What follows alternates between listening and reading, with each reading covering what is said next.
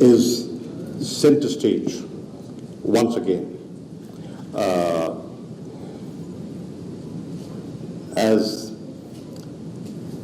was being said, that the stated policy of India today is to isolate Pakistan.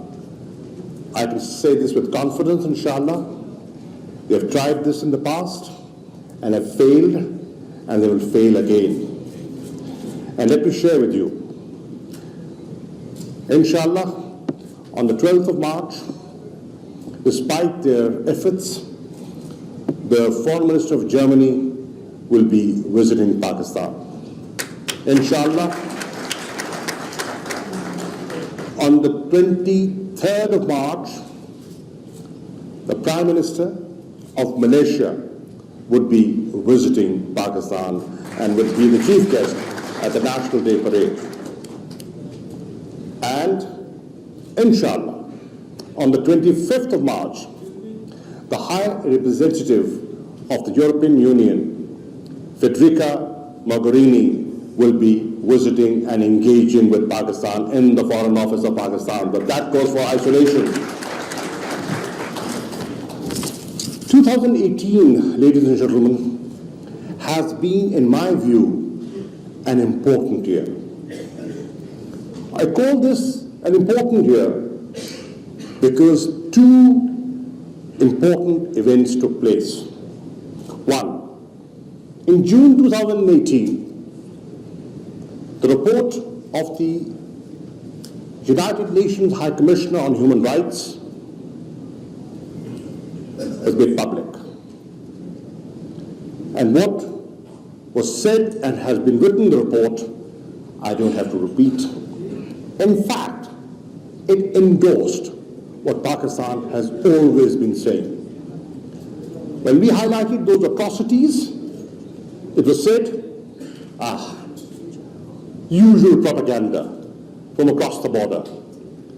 But this time, Pakistan is not speaking. The United Nations is speaking and recommending a commission of inquiry on the deteriorating situation on human rights in the Indian occupied Kashmir. On the 30th of October, another report surfaces, and that's the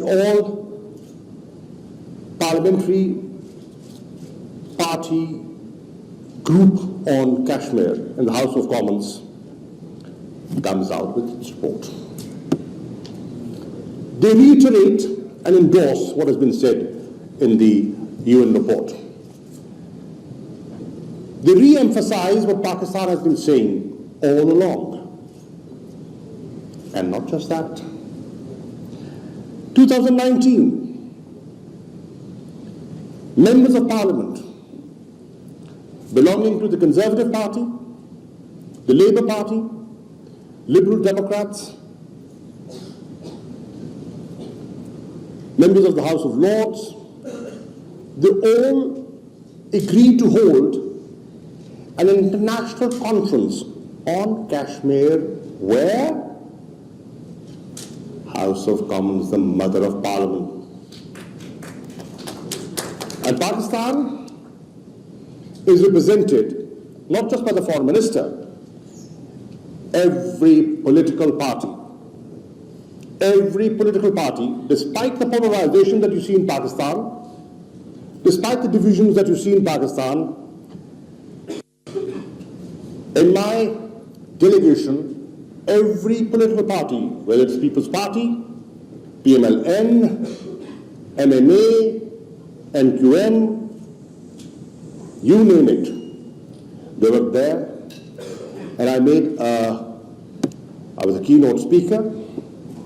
When I finished and sat, I was delighted to hear each and every members of the Foreign Relations Committee of the Senate stood up and said, whatever the Foreign Minister of Pakistan has said is my point of view. So, the message was loud and clear that there's absolute unanimity on the issue of Kashmir, despite the acute political polarization we see in Pakistan, and that's a very sound and a very good message across the LOC to friends, brothers and sisters who are carrying out a heroic struggle despite the Indian occupation, the atrocities and the brutality that they're facing on a daily basis. Ladies and gentlemen, on the 14th of February, as I land in Munich for the security conference, the first news I get is Pulwama. And oh my God, because I know the next day I'm going to be there in the eye of the storm, international media hovering around and obviously asking questions. Linking, Pulwama to Mumbai. And I recall, oh my God, I was foreign minister when Mumbai happened. And I was in Delhi. And I know what a hostile media I had to face when that very day, when Taj was burning, I was in the Delhi Press Club fighting for Pakistan and defending Pakistan's case. I was proudly I did that. And I was recalling, okay, is it a repeat performance that is required? Nonetheless, it gave me an opportunity to engage with the leadership of there, to present Pakistan's point of view.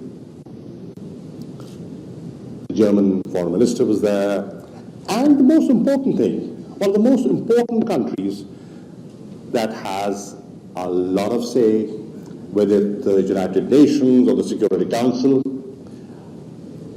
I had the opportunity of meeting on the 15th, the very next day, a group of US congressmen, and there were 20 of them, 9 members of the Senate and 11 members of the House. It was an opportunity to articulate Pakistan's point of view, and I did my best to tell them that these allegations are unacceptable and we reject them. Ladies and gentlemen, you know, the Prime Minister on the 21st of February made a policy statement. We condemn the incident. We condole with the families that had lost their lives, because there's a human factor, and we cannot and should not ignore the human factor. And yet, there was no hysteria.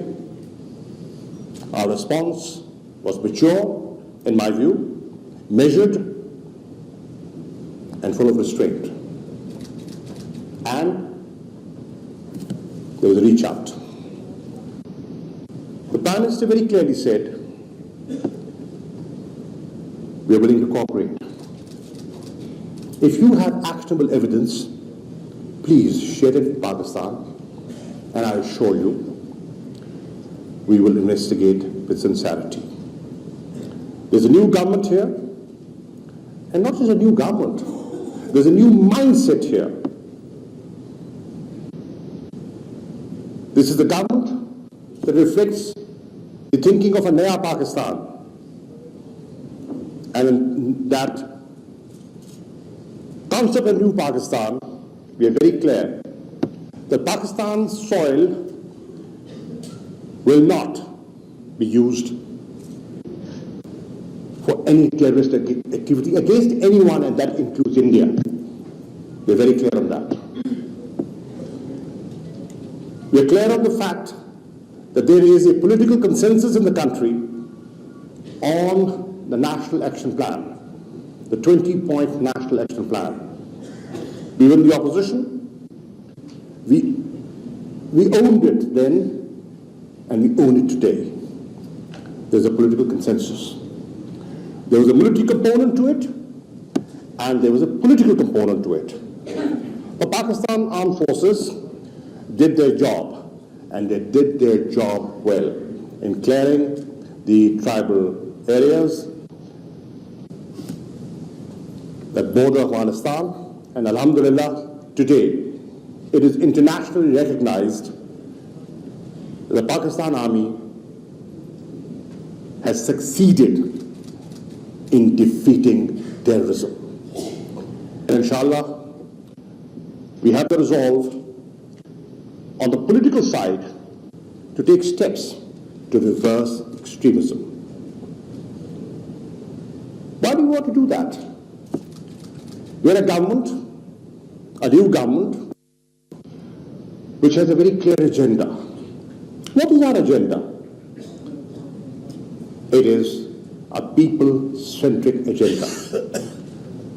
Why did people elect us when they had better options? Known political parties, deep roots, deep pockets, because they felt they had been tried and they had disappointed them. The leadership was stained and the performance was known to everyone. When we take over the economy, the fiscal deficit is 6.6% of GDP, and Dr. Saab is sitting here. He knows much more than I do on the economic situation. The trade deficit was highest ever, and the indebtedness is known to you all. Despite that, we are very clear that the people of Pakistan have reposed their confidence in us, and we want to live up to their trust.